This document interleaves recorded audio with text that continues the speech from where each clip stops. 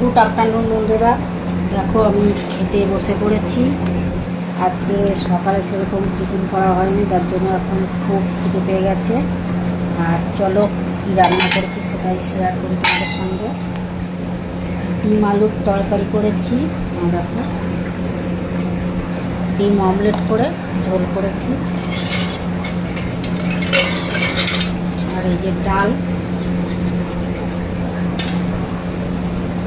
আর এই যে পটল ভাজা, আর একটু চুনো মাছ ভেজেছিলাম, সেটা আর আনা হয়নি, সেটা রয়েছে। তো যাই হোক, তোমরা যারা যারা খাবে চলে আসো। আর আমি যখন পটল ভাজা নিয়েছি, পটল ভাজা দিয়ে খাবো। খুব খিদে পেয়েছে, তোমরাও চলে আসো।